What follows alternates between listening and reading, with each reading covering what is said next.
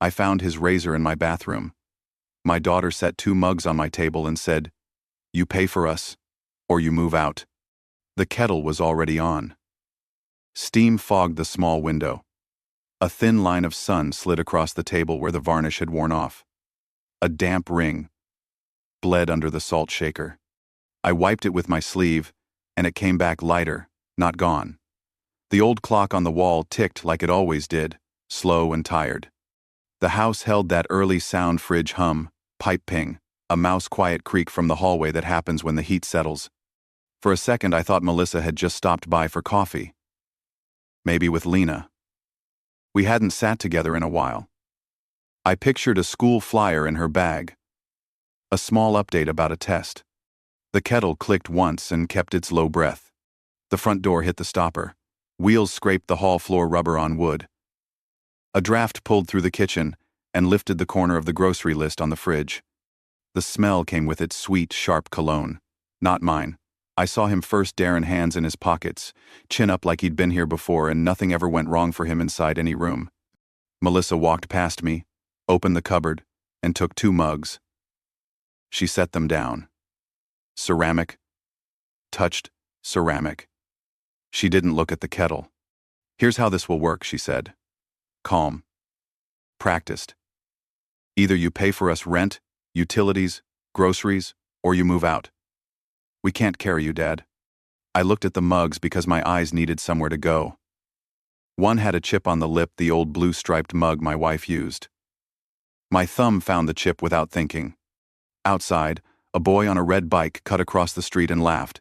His mother called after him. Their noise rose and fell. The house took the quiet back.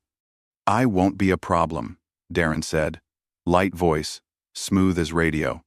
He pulled out a chair without asking, the chair that doesn't wobble, and tested the seat with a small bounce, like he was checking springs on a car. "We'll keep it fair." The kettle lifted its whistle. I turned the burner down and poured. 2 mugs.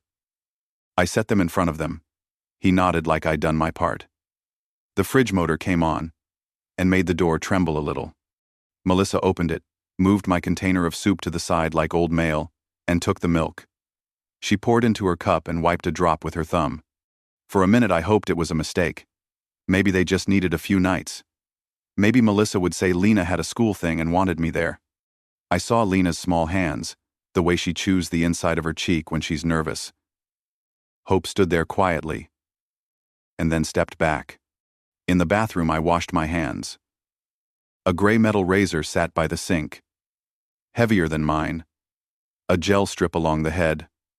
Water spots where he'd tapped it and missed the edge. A black toiletry bag lay open. Deodorant, comb, travel cologne. The lid didn't click right. On the back of the toilet, our beach photo leaned at a new angle, like someone's hip had bumped it. I set it straight. The glass felt cool. On my way out I saw his boots by the door, toes pointed in, still wet around the soles like he'd stepped through a shallow puddle. Back in the kitchen, Darren had taken my chair, the one with the cushion I'd flattened just so. He sat easy, one ankle on his knee, looking at the window like he might have a thought about the weather. Melissa slid a paper to me, a neat list in her handwriting. Groceries, internet, household. Lines ruled with a straight edge. Each word boxed. At the bottom she'd circled a number, $1,480. The hit wasn't loud. It was wide and slow. My floor now knew their suitcase wheels. My chair knew his weight. My wife's mug sat under my daughter's math. He lifted his cup and blew across the top like he'd earned it. "Good," he said, and smiled without turning it into anything else. Melissa kept her eyes on the paper. "It's simple," she said. "We split it clean. You take the big parts." She tapped the column with her nail, a small, dry sound. My phone buzzed Tyler again. I let it go dark. Melissa said, almost offhand, "Lena's at her dad's this week." She said it like weather. Not a question. Not an apology. She looked at the list again and drew a short line under the number, as if to show the equation was finished. I rinsed my cup. The water ran warm, then hot. My hands turned pink. The towel smelled like a little bleach and a little lemon. A loose thread tickled my palm. I pulled it, then stopped, then pressed it back into the weave. Outside, a delivery truck hissed, the lift thumped, someone laughed, and the street went on. Life kept walking past my windows. The thermostat clicked. The vent by the floor breathed. In the hall, the bottom drawer of the old desk stuck, and then let go with a small wooden sigh. My fingers know that drawer. The red folder was there, corner creased. I didn't need to read it. Papers I know by touch more than by words. Deed, tax bills, letters. The stack had its own weight, the way keys do. I brought the folder into the kitchen and set it by the mugs. The folder hit the table flat. Darren's eyes flicked to it and back like a fish flash in shallow water. Melissa kept her gaze on the list and didn't blink. The heater hummed steady. "We can start this month," she said. "It will be easier for everyone." She set the pen down parallel to the paper's edge and took a careful drink of tea that she didn't like as much as coffee, but chose anyway, because it looked calmer. I looked at the window. The glass had tiny scratches the sun found when it moved. Down the block, somebody rolled a trash can, and the lid rattled. The boy on the red bike coasted past again with one foot down and a new scrape on his knee. He looked proud of the scrape. I nodded once. In my head, a train platform from years ago. Hot metal rail. Diesel in the air. Coffee somewhere close. The platform shook a little before the train came. A sign of something larger on its way, whether you liked it or not. "I'll think on it," I said. My voice sounded steady. I slid the red folder closer. I didn't open it. Not yet. The clock ticked. The fridge clicked off, and the room got quieter without seeming to. Darren pushed his chair back with a soft scrape and looked at the garage door like he was measuring it from where he. Saturday, Melissa checked her phone and let the screen go black again. The smell of his cologne sat in the doorway and didn't move. I washed the blue-striped mug and turned it upside down on the rack. A small drip ran and stopped. My thumb found the chip and stayed there. I woke before the sun, made coffee in the quiet, and opened the red folder on the kitchen table. The paper smelled dry, like old envelopes. The corners rubbed smooth against my thumbs. When the house is still, you can hear the fridge click on and the heater pipe ping. The clock in the hall takes a slower second before 6. I listened to all of it, and then I called the realtor. Her name was April. The phone warmed my ear. "I'm ready to sell," I said. "Title's clear. House is empty enough." She asked the short questions first: my name, the street, how to spell it right, and then the ones that matter. "Any liens? Number? Anyone else on title?" "Number." Her voice was quick and bright, like a pen that always starts on the first stroke. "We can list today," she said. "If we move fast, we can close in 5 days with the right buyer." 5 days. The words sat clean in my chest. We set a price. "List at $329,000, she said. "Photos by noon." She sent the agreement while we were still on the line. I signed twice on my phone. The pages stuck for a second fresh ink. I printed because I like paper. The printer woke up, took a breath, and chewed out a sheet in slow clicks, hot and a little inky. I tapped the corners level on the table and let the heat go out of them. In the hall, Darren's suitcase stood open. A belt hung over the side like a tongue. The zipper tab tapped metal when the furnace kicked on. The bathroom smelled like his cologne. He had lined up his bottles in a row, caps facing the same way. He whistled low as he shaved, a tune with 3 notes that kept starting over. Melissa slid past me with a laundry basket. "We'll need the garage," she said, not looking at me. "Darren's tools are coming." A soft sock fell from the basket. I picked it up, smoothed the heel with my thumb, and set it on top. I took my coffee to the porch. The wood was cool under the handrail. The paint had a nick where my ring once chipped it moving a chair. Across the street, a kid waited for the bus, bouncing on his heels. His breath made small clouds. A crossing guard wore a bright vest and didn't look up from his phone. A couple walked a sleepy dog that didn't want to go. The leash went slack and then tight. Somewhere a toaster popped. I thought of my wife on this same porch, the way she would wave to whoever passed like she was the mayor of our block. My phone pinged. April again. Walk through tomorrow at 6 p.m. I'll handle everything. She added a pin and a line. I'll be 10 minutes early. I typed back. Yes. The word looked small on the screen. I put the phone in my pocket and held the rail until my hand felt warm. On my way inside, I saw a stack of mail on the console table. A flyer for gutter cleaning, a thick grocery ad, a white envelope from the bank. The plastic window showed my name and new activity. I set it aside for later. The heater pipe pinged again. A warm toast smell drifted from next door and slid under the door like it belonged here. At noon, April arrived with a camera and soft shoes. She moved room to room, shutter a steady click, the lens cap tucked into her palm when she wasn't using it. Good bones, she said once. Light's nice. She set a folded tape by the window, checked the angle, and didn't make a sound about the carpet.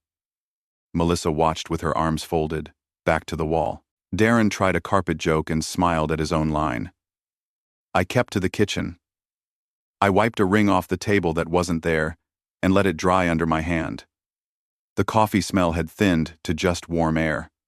April asked me to stand by the door for one shot and then waved me away with a thanks. She didn't touch anything twice. When she finished, she washed her hands at the sink, quick, precise. I'll send the link in an hour, she said. We're on track. She left the way people leave when they have 5 more houses to see. The door latched with a small, sure sound. The hallway sounded big for a moment after she went. Houses do that when they're between things. I checked the locks, even though I wasn't going anywhere. The deadbolt turned smooth. I had oiled it last fall. My phone buzzed twice, Tyler, and then a third time. I let them all go dark. I set the red folder back in the drawer and closed it. The wood gave that little sigh it always gives at the end.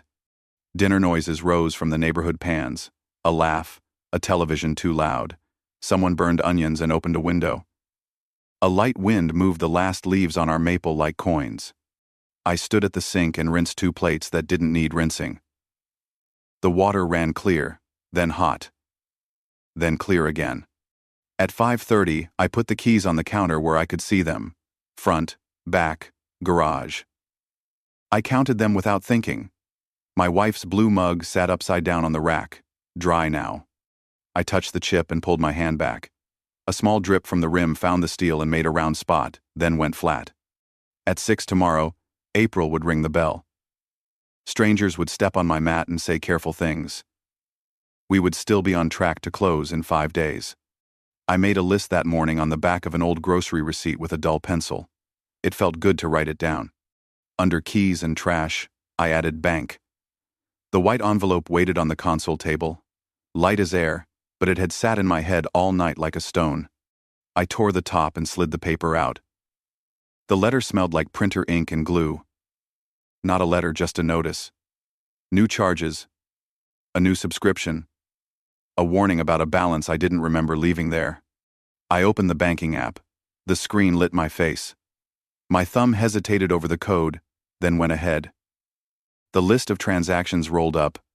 $68.24, Walmart online. $14.99, Stream plus Premium. $129, Runner Pro Shoes.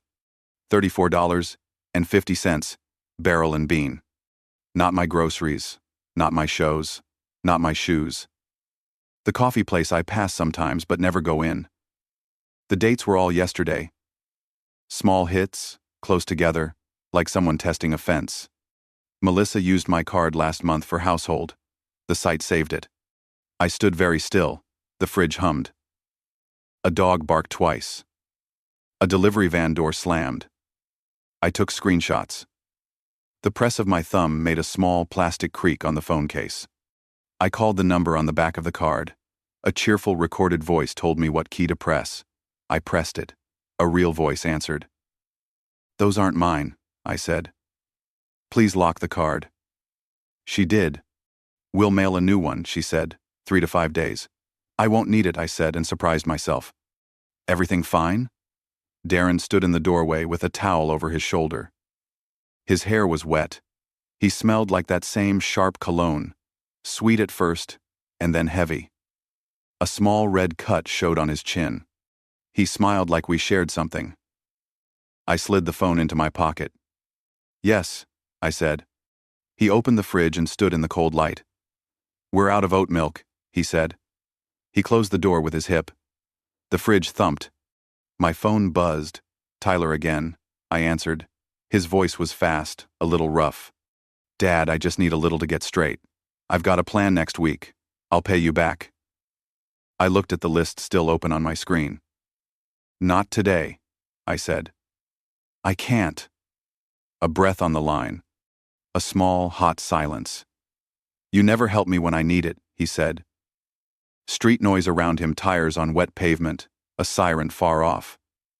I'll call you later, I said. I hung up before the words got sharper. At 5:40, April showed up early for the walkthrough, folder in hand. She smelled like clean wool and coffee. We're set, she said. 6 o'clock. They're serious. Cash. She saw Darren's belt on the chair back, the towel on the counter. She didn't comment. We'll need the keys ready, she said. You keep a set until close. In the hallway, Melissa's voice rose, then flattened. I heard tonight. Shouldn't. And my house. In a tangle. April kept her smile on. Polite and thin. I'll handle the talk, she said. You don't need to argue. The afternoon dragged its feet. The house smelled like dust warmed by light. Across the street, a teenager practiced a skateboard trick, the board cracking the pavement again and again, a patient sound. At 5:55, I set the keys on the table next to the red folder. My wife's blue mug sat facing me, the chip like a small moon. At 6, the bell rang. Voices in the hall, April's calm tone, shoes on the mat. I reached for the keys. They came as a pair, middle-aged, neat, the kind who take their shoes off without being asked. April introduced them by first names only. Their hands were dry and warm. They smelled like laundry soap and winter air. We love the light, the woman said by the door. The man nodded at the trim. Good work here, he said.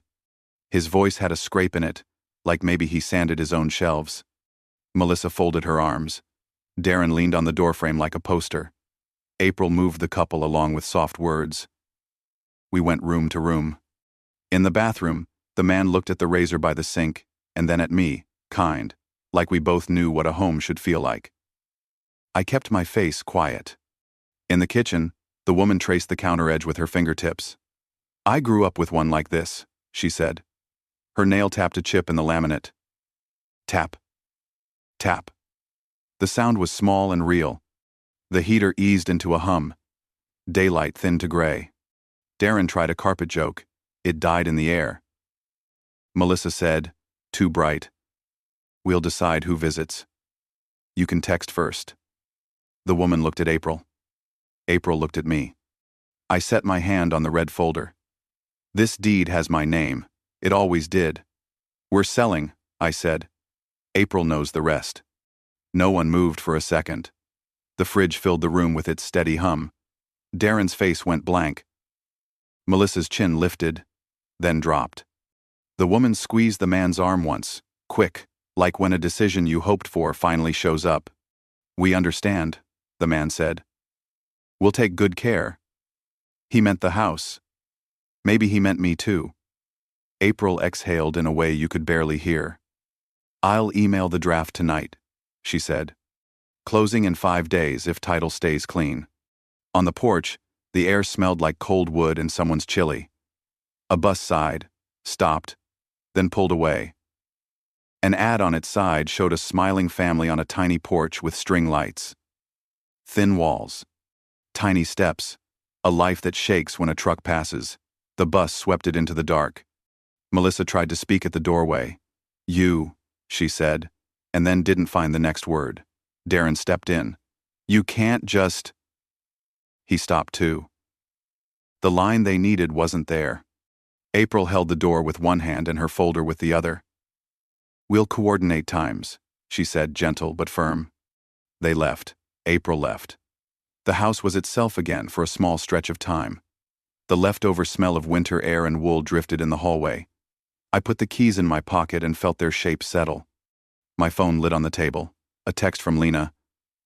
"Mom said I should be at her place Thursday, but I'm with Dad this week." I read it twice. I typed back, "Okay.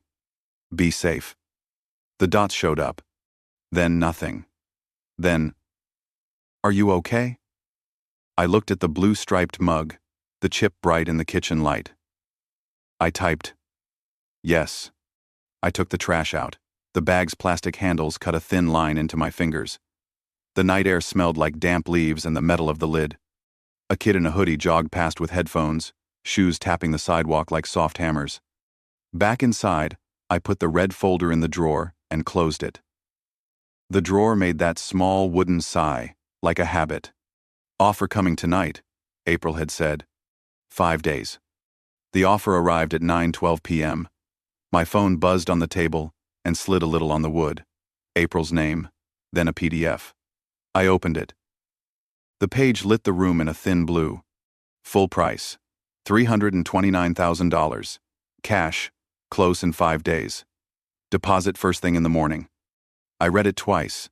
The heater clicked off and the house went quieter. In the hall, a floorboard settled. I could hear the tick of the kitchen clock and the soft drum of rain starting outside, slow at first, then sure. April called. "It's clean," she said. "They're solid. If you accept tonight, I'll book the final walkthrough and we'll set key handoff for closing day." I said, "Yes," and heard my own voice like it belonged to someone prepared. She talked me through the e-sign. I used my finger again. The glass warmed under my hand. When I finished, the system flashed a small green check, then sent me back to the first page, as if to say, "That's that." I printed the first page. Hot paper. Ink smell. I set it on the table beside the blue-striped mug and the red folder. The three things touching at the corners like a small map. Down the hall, Melissa and Darren were talking low and fast. A drawer shut too hard, then opened again. I heard the soft knock of hangers and the zipper sound of a bag. My phone lit. A text from April. "Final walkthrough Friday, 6 p.m. keys to me at closing. You keep a spare until funds clear." I typed, "Okay." I cleaned the sink for no reason, except to keep my hands busy. Lemon cleaner, clean metal smell. A cloth moving in slow circles. I took the trash out again, just to stand under the rain a minute. The night had that wet laundry soap smell the street gets when everyone is running dryers at once. A car hissed past and threw a little spray onto my shoes. It was fine. Back inside, I pulled a small suitcase from the closet. The zipper stuck and then moved. I put it on the bed and opened it. 2 shirts. 1 sweater. Jeans. Socks rolled in pairs. The old camera my wife liked, even though I mostly use my phone now. The blue mug wouldn't go in a suitcase. It would stay here until it didn't. My phone buzzed. "Tyler. I'm coming by," he wrote. "We need to talk." I looked at the time. 10:31. I didn't answer. Another text, longer now, words without spaces, the kind that come fast. I put the phone face down and stood in the doorway to the hall. The air smelled like cologne and cardboard. Darren laughed once at something on his phone and then stopped. A cupboard shut. The rain kept its slow drum. I went back to the kitchen and put the offer page into the red folder. The folder's edge lifted a little from the table before it settled. I pressed it flat with my palm. The wood under it felt steady. At 11:04, a car idled outside. Headlights pushed at the blinds, white lines across the ceiling like ribs. Then the engine cut and the lights went. The doorbell didn't ring. I waited for it. It didn't. I breathed. I turned the mug over and ran my thumb across the chip. The house breathed with me. Tyler came by the next afternoon while the light was thin and the rain had finally run out. I saw his shape through the glass hood up, hands deep in his pockets, shoulders up against nothing in particular. When I opened the door, a damp, cold smell walked in with him. He hugged me quick and hard, then let go, and looked past me like the house was a person who might help. "Dad," he said. His voice was rough from not sleeping. "Just a bridge. A couple hundred. I'm good next week." His shoes left wet marks on the mat, two dark ovals that started to fade around the edges. I made coffee because that's what I do. The machine coughed once, and then behaved. The kitchen filled with that brown, warm smell that makes most things feel less sharp. Tyler rubbed the back of his neck and watched the steam. He didn't touch the blue-striped mug. He never does. "I can't," I said. I slid a plain mug toward him. I locked the card. I let the sentence sit there. He stared at me and then at the counter, like he might find money under a cutting board. "They told me you're selling," he said. "You're set. Help your son." There was a pleading in it, and something else, a thin wire of anger. He sipped and made a face. "It's strong," he said. I didn't talk about the small charges, the way they test offense. I didn't talk about saved cards and online stores and how a number in a browser can reach into a pocket you think is yours. I said, "I'm leaving. Soon." The words came out flat and simple. In 5 days. He set the mug down too hard, and some coffee ran over the lip and made a dark ring on the counter. He wiped it with his sleeve and then looked at the mark it left on his cuff. "So that's it," he said. "You walk away." "I'm not walking at you," I said. "I'm walking from this." I tipped my head toward the hall. A suitcase wheel knocked in the bedroom. Darren said something in that smooth, light voice. Melissa answered with a long sigh that wasn't words. Tyler looked down the hall, then back at me. "He's staying?" he asked. "Where?" I didn't answer. We both knew I didn't need to. He paced once to the window and back. The floor creaked where it always does. He ran his hand over his face, the sound of dry skin on stubble. "I'm trying," he said. Softer now. "I just need a handhold." "I know," I said. I had my hand out for a long time. We stood in that sentence together for a breath. The fridge clicked on. He picked up the mug and drank anyway. "What about Lena?" he asked. "She texted you?" His voice had a different shape when he said her name. "She did," I said. "She's with her dad this week." He nodded. Once, like that part of the world was still in one piece. A car door thumped outside. April, early again, folder under her arm, walking up the path with that small, quick step. The doorbell rang. Tyler flinched like it was louder than it was. "What now?"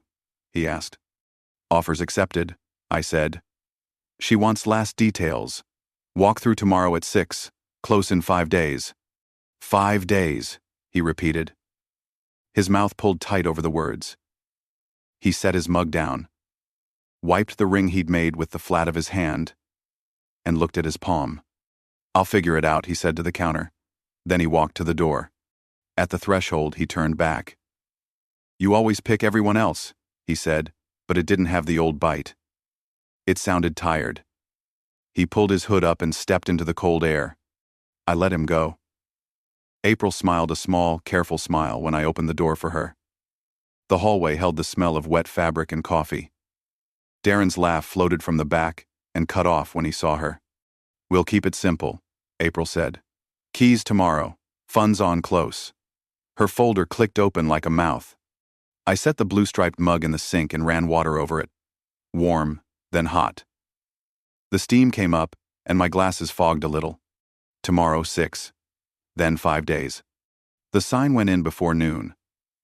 A man in a navy jacket hammered the post while the ground was still soft from last night's rain. Each hit sent a small tremor through the dirt.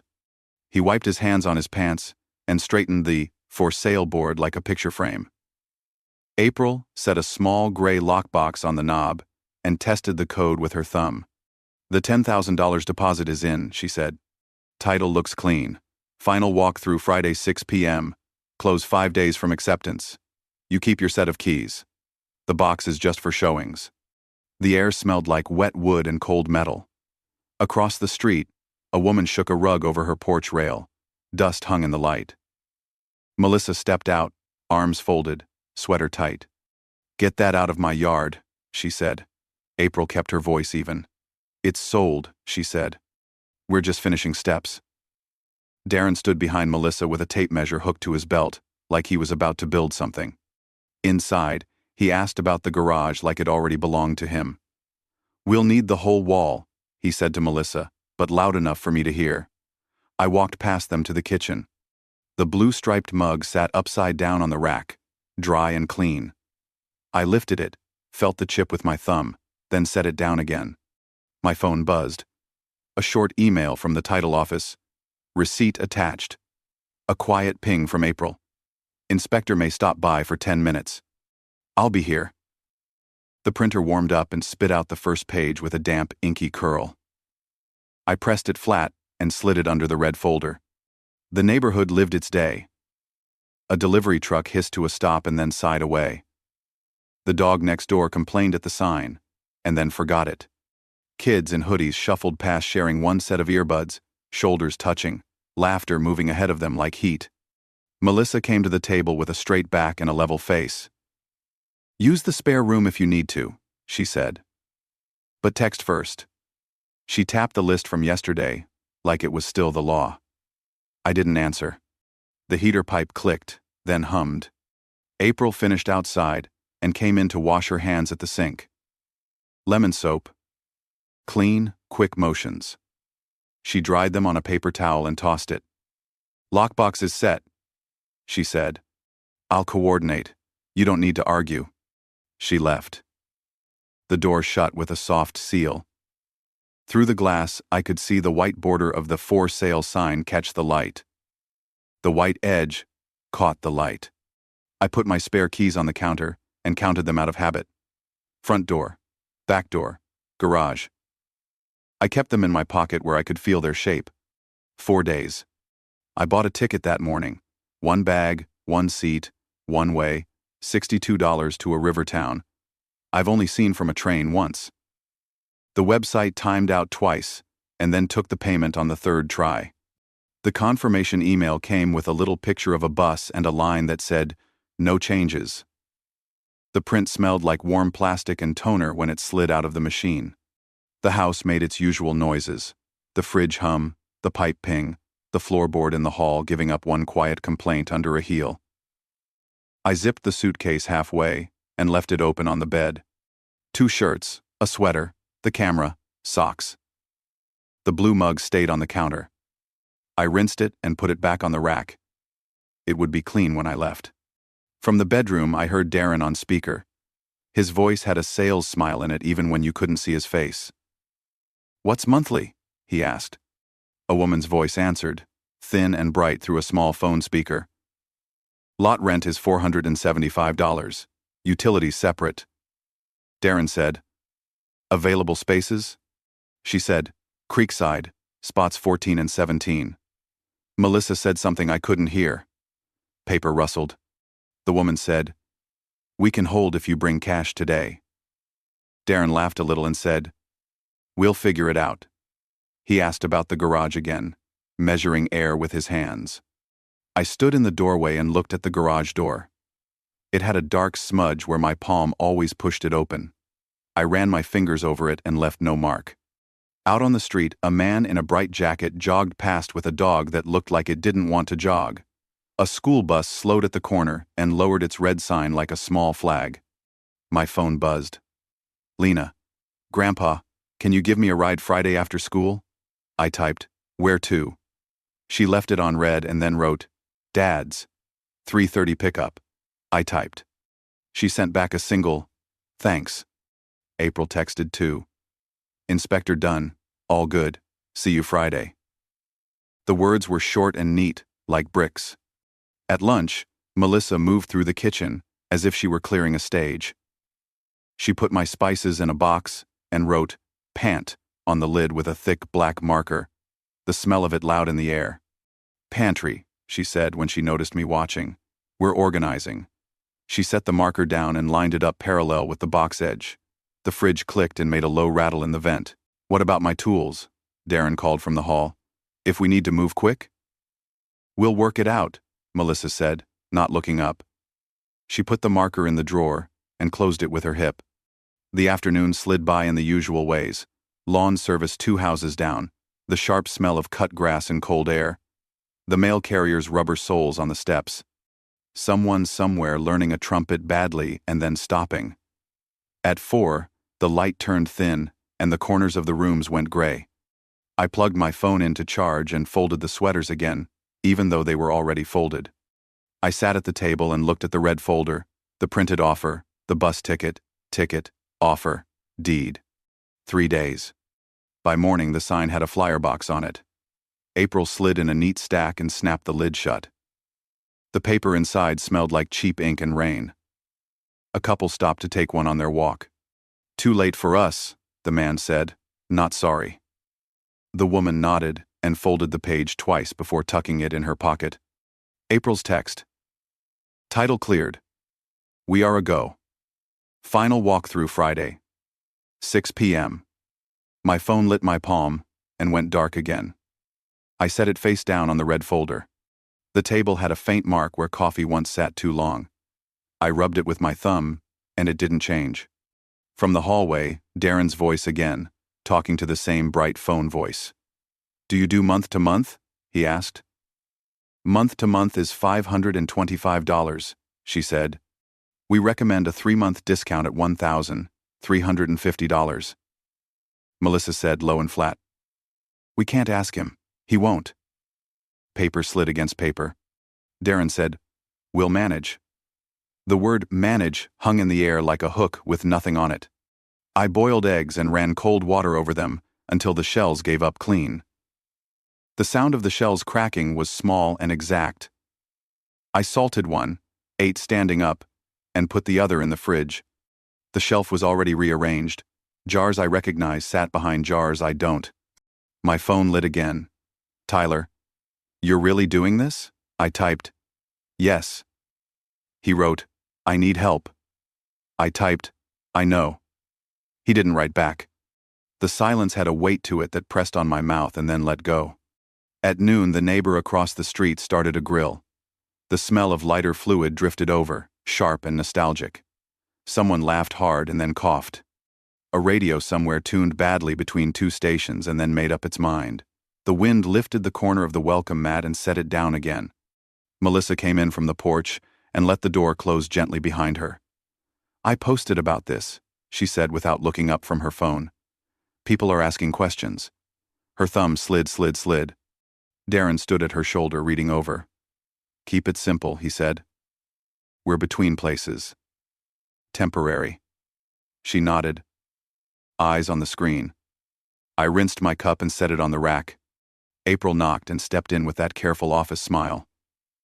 2 minutes, she said. "I need your initials here." She laid a paper on the table and slid me a pen that wrote smooth. The pen left a shiny line that dried to flat. "Backup buyer on deck if this one trips," she added in a lower voice. "I don't think we'll need it." I nodded. She glanced toward the hall where voices had gone quiet and then back at me. "We stay on schedule," she said. "Final walkthrough Friday, 6 p.m. close as planned." She stacked the papers and tapped them square. When she left, the house felt like it does after company bigger for a minute, then normal again. I put the pen in the drawer. It clicked against the spoon handles and settled. Out front, a boy practiced the same skateboard trick he's been working on all week. The board cracked against the pavement and skittered. Then he ran and did it again. He fell once, hard, and popped up quick, eyes on the ground like it had betrayed him. I wiped the counter, slow circles, lemon and warm water. The blue-striped mug sat where I had left it. I turned it and felt the chip. I left it turned. 2 days. Friday carried a thin gray light. The house made its small morning sounds. The fridge hum, the pipe ping, a floorboard letting out one soft complaint. I folded the 2 shirts again and zipped the suitcase all the way. The zipper teeth met with a clean, flat sound. I left the blue-striped mug washed and upside down on the rack. Dry. At 3:30 I pulled up at the school curb. The air smelled like wet pavement and pencil shavings. Kids spilled out in lines, backpacks bumping, voices bright and tired at the same time. Lena came fast, hair loose, hood half up. She opened the passenger door and clicked the belt. The belt made that sure little snap. "Dad's?" I said. "Yeah," she said. She looked out the window. "You okay?" "I am," I said. We hit one red light. The crosswalk beeped in a steady, patient pattern. A boy pushed a cart of folded chairs across, wheels squeaking. Lena pulled her sleeves over her hands and watched the sky like it might change if she stared hard enough. At her dad's place, she unbuckled and hugged me quick and small. Her hair smelled like clean shampoo. "I'll text you," she said, voice low. She went up the stairs without looking back. Then halfway up she did look back and lifted her hand once. I lifted mine. At home the heater kicked on and pushed warm air through the vent by the floor. 6 o'clock came the way. Hours always come one behind the other until they are here. April rang the bell. The couple stood on the porch in clean coats. The man held a small tape measure. The woman had a notepad with a blue pen clipped to it. "Final walkthrough," April said. She kept her voice even and businesslike. We went room to room, slow, hands off the walls. The man measured a window. The tape hissed and snapped back. He ran the faucet. The water ran clear. She clicked the stove light on and off. It worked. The woman nodded at the closets like she was counting them. In the bathroom, the razor was gone. The counter was clean. Melissa stood in the hall with her arms crossed tight. "We'll decide who's allowed after," she said. A little too loudly. Darren leaned in the kitchen doorway and watched the couple like he was at a show. April didn't look at them. "Keys tomorrow," she said to the buyers. "Funds on close." The couple said thank you in the way people say it when they're almost home. On the porch, the night smelled like cold wood and someone's soup. The bus went by with its lighted windows and left a ribbon of exhaust hanging low. The couple walked down the steps together, slow and careful, like they already belonged to this slope and this sidewalk. Inside, I set the keys on the table next to the red folder. The metal looked dull under the kitchen light. Darren opened a drawer and shut it again just to hear it. Melissa texted with her head down, the screen lighting her face in a winter color. One day. I woke before the alarm and let the dark sit for a minute. The room had that thin pre-morning cold. I put water on and waited for the slow boil. The kettle clicked off. Steam clouded my glasses and then faded. I poured into a plain mug and left the blue one where it was clean and upside down. The red folder went in my bag. The bus ticket lay under it like a flat promise. My fingers knew the edges without looking. I wiped the counter one more time, slow circles. Lemon and warm water. The cloth came up damp and clean. April met me in the lobby of the title office. The air was dry and smelled like toner and carpet glue. A plant in the corner had dust on its leaves you could see. The receptionist slid a clipboard across and smiled the way receptionists learn to smile. We sat at a long table that made everyone sit straighter than they wanted to. Papers came in stacks, names printed in black, lines waiting in blue. The pen they gave me wrote smooth and quick. My name went where it always goes. April pointed without pressing, the pad of her finger hovering near the lines. The room made small sounds, printer gears, the low cough of a man down the hall, the whisper of jackets when people turn in chairs. My phone buzzed on the table. Funds received. Numbers showed fees came out. Enough for me.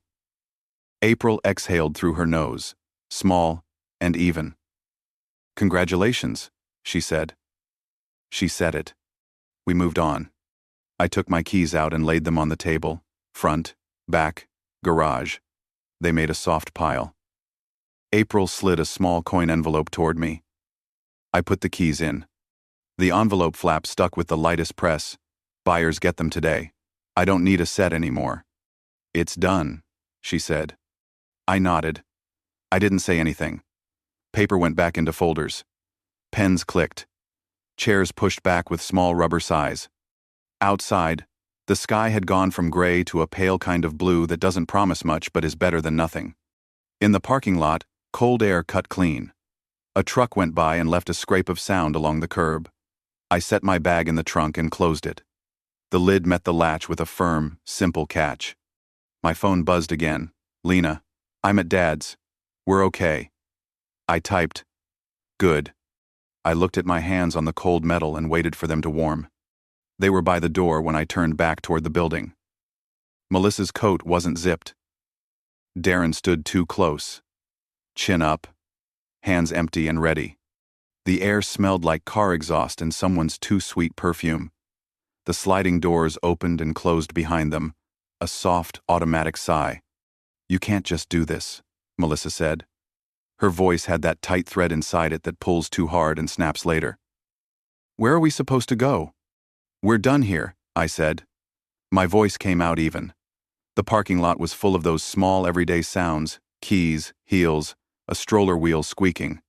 April stepped out behind them with her folder against her chest. She didn't say my name. She just stood there and made the space more official. Darren moved half a step, the kind of move men do when they want to look bigger. "You think this makes you a hero?" he said. He smiled with his teeth and not his eyes. A truck backed up nearby with a slow beep-beep, gentle and steady like a metronome. "I think this makes it quiet," I said. Melissa glanced at April, and then at the glass door like it might speak for her. "You could have talked to me," she said. "You could have been decent." The last word fell flat. The wind lifted her hair and dropped it again. My phone buzzed. "Lena, Grandpa, I moved my bag. I'm staying at Dad's." One line. No extra words. I put my phone back in my pocket. The fabric felt rough against my hand. "Keys," Darren said, as if the envelope in April's hand was a trick. April raised it slightly. "With me," she said. As agreed. She didn't look at him. She didn't need to. A car door shut somewhere. A child laughed once, then twice.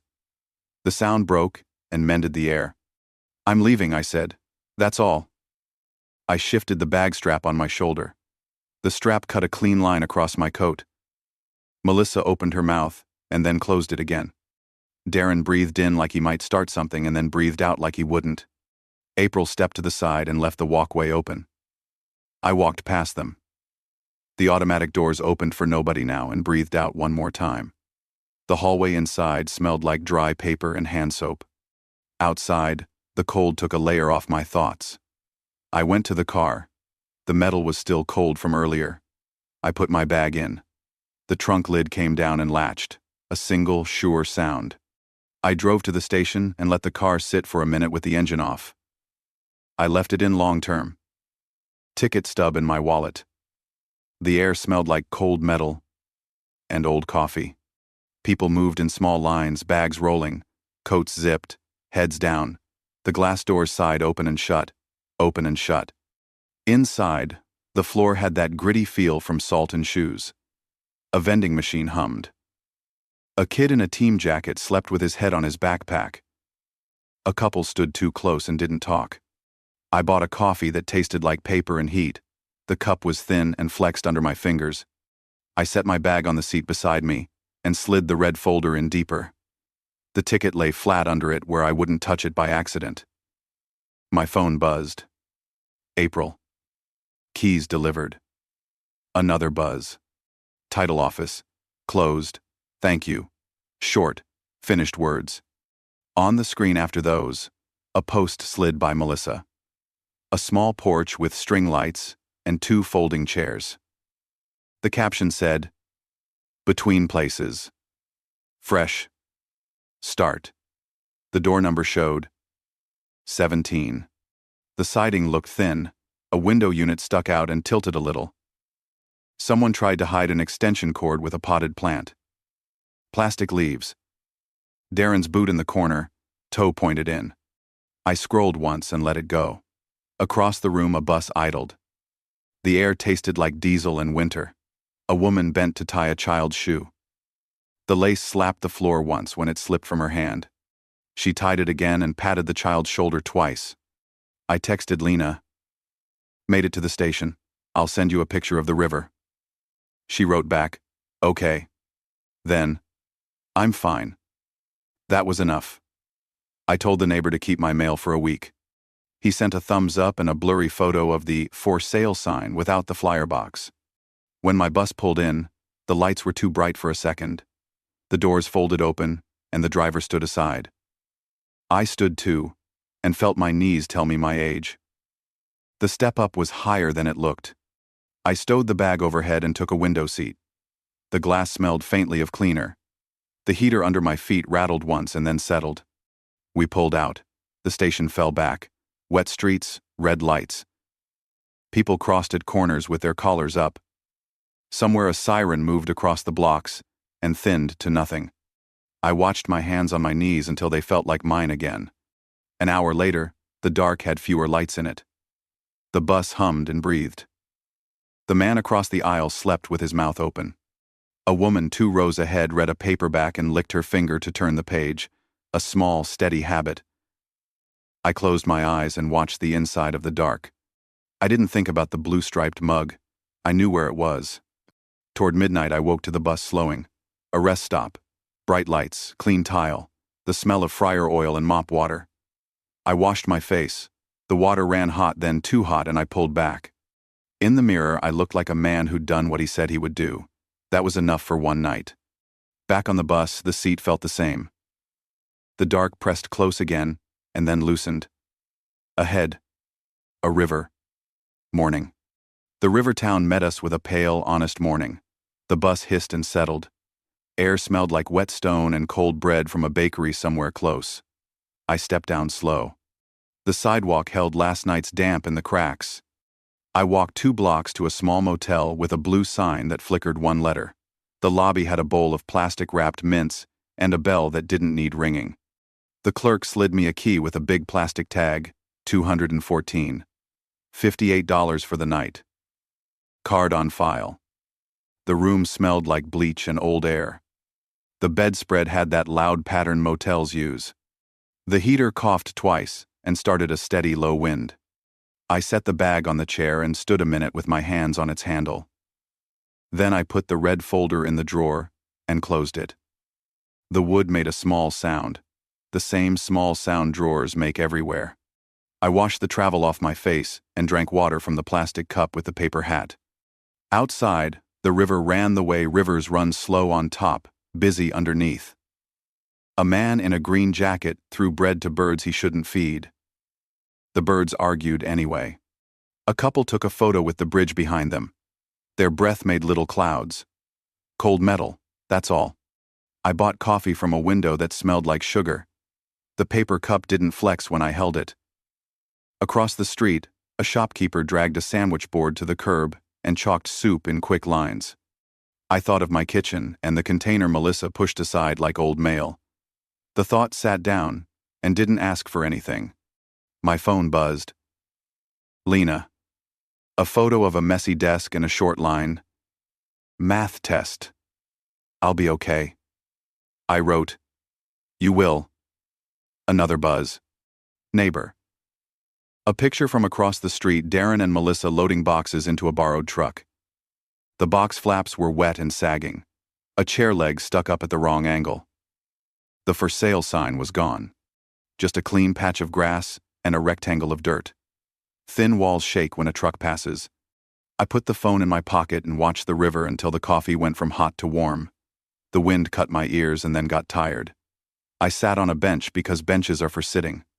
A train crossed the far side. The sound came late, a long, even iron sound. Back in the room I made a list, not because I needed one, but because writing makes thoughts stand up straight. Socks, maps, bus schedules, keep the bag light. I added one more line. Call Tyler next week. Not today, not here. I lay on the bed without taking off my shoes. The ceiling had one dead bug in the light cover. The heater kept its low wind. Someone in the next room coughed twice and then didn't cough again.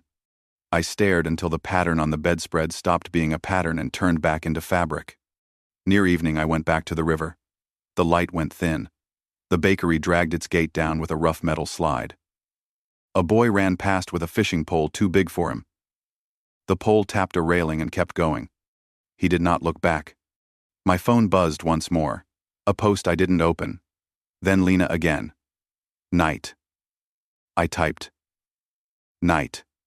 I walked back to the motel and let the door swing shut behind me. The lock clicked, because locks do that. Tomorrow would be another bus, another town. The bag was ready. Morning came thin and cold. I woke before the heater kicked on. The room smelled like bleach and quiet. I poured water from the bathroom tap into the plastic cup and drank half. The cup had a scratch that caught my lip if I didn't watch it. I packed the bag slow. 2 shirts. Sweater. Socks. Camera. The zipper teeth met clean. The red folder was thicker than I needed now. I pulled out 3 papers ID, the last page of the sale, the bus ticket copy, and slid them into the flat sleeve inside the bag. I put the empty red folder in the drawer and shut it. The wood made that small sound again, and then stopped being anything I had to think about. Outside, the river wind went under my coat. A woman scraped a windshield with a credit card. The edge chirped on the glass. Somewhere bacon cooked and the air carried that heavy good smell that doesn't ask your permission.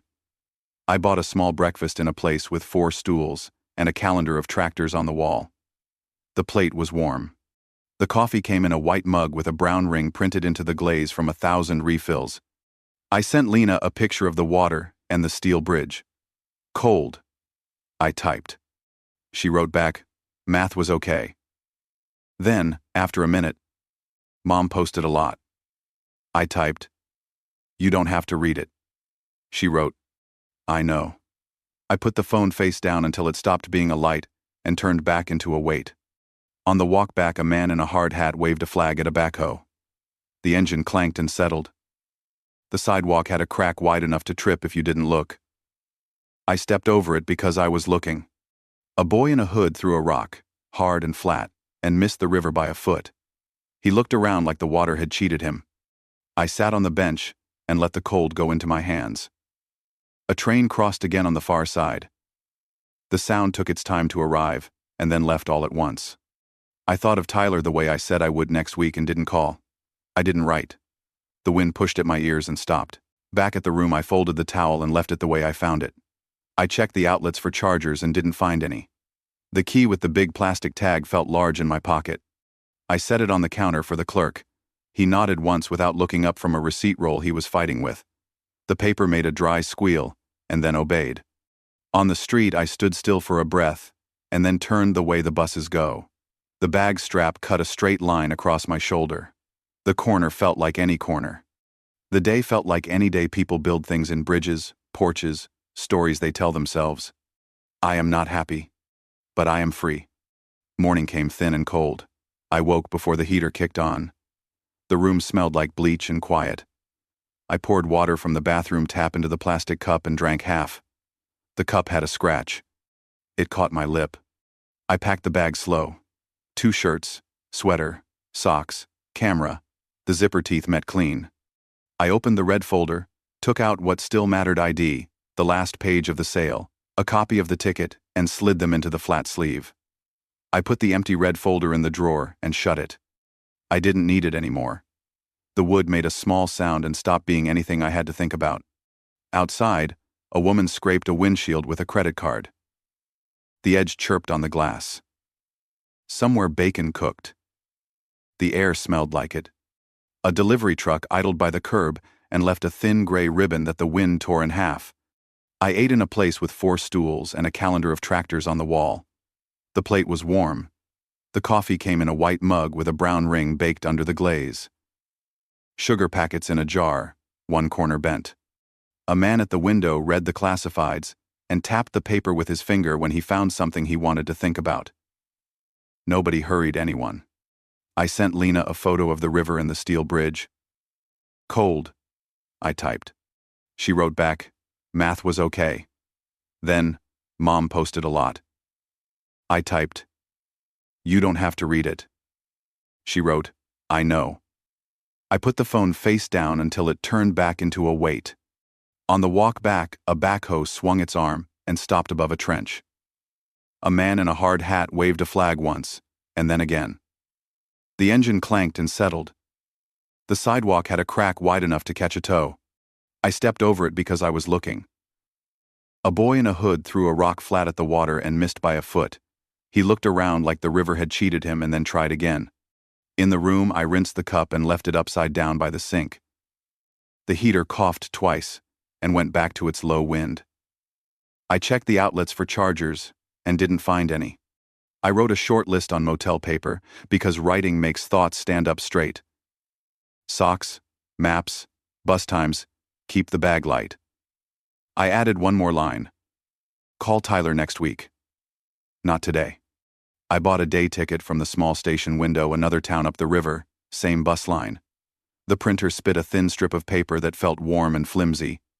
The clerk slid it toward me without looking up, and I folded it once and put it with the first ticket stub in my wallet. The wallet had the long-term parking tag behind my license. It could stay there.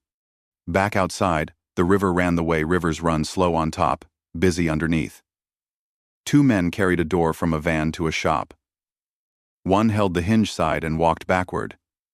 Their boots scuffed the grit. A couple argued softly over a map that was turned the wrong way. They turned it, and the street made sense again. My phone buzzed. Neighbor. A photo of the house from his porch, clean grass where the sign had been, a rectangle of fresh dirt, the maple bare and straight. He wrote, "Mail inside with me, no problems." I sent a thumb. He sent the same back. I didn't open anything from Melissa. The red badge on the app sat there and waited like a doorbell I didn't plan to answer. I let it wait. I walked to the laundromat even though I didn't need it yet. The room smelled like warm lint and soap. Machines thumped shirts and sheets around their circles. A woman in a denim jacket fed quarters into a row and counted under her breath. A small boy pressed his hands to a dryer's glass and watched a red sock lift and fall like a flag. Nobody bothered anyone. Back at the motel, a truck passed.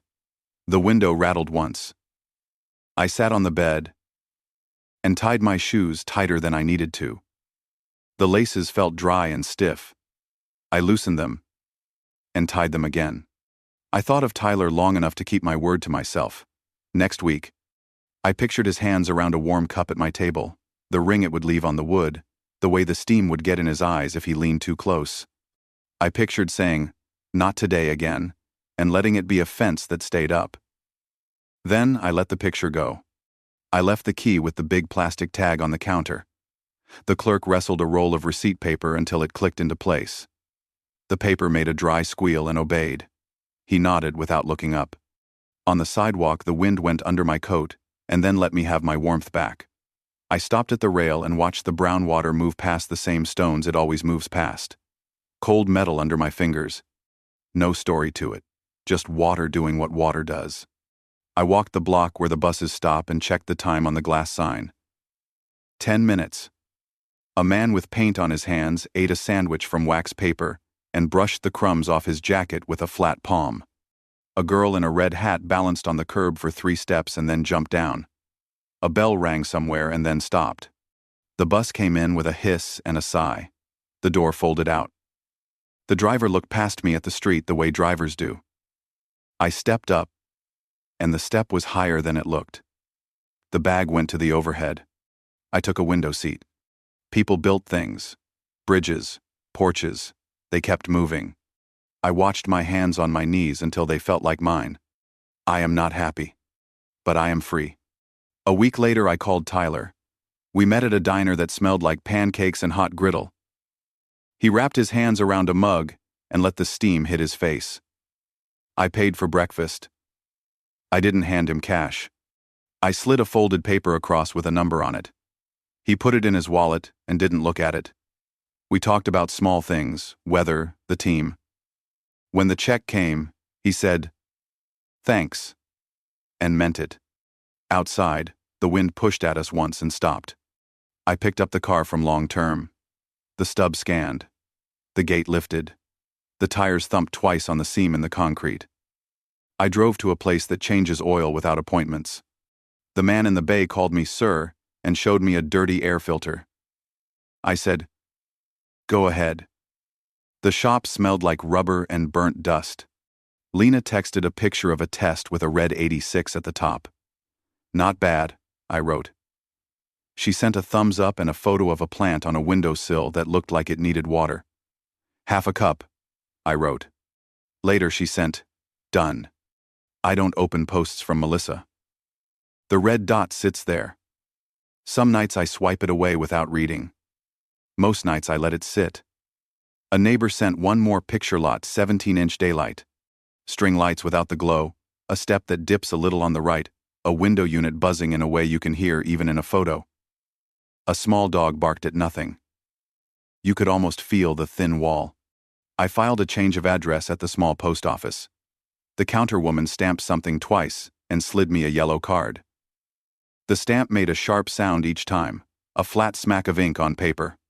I bought 2 books of stamps because she asked if I needed any, and it was easier to say yes. I keep the bag light.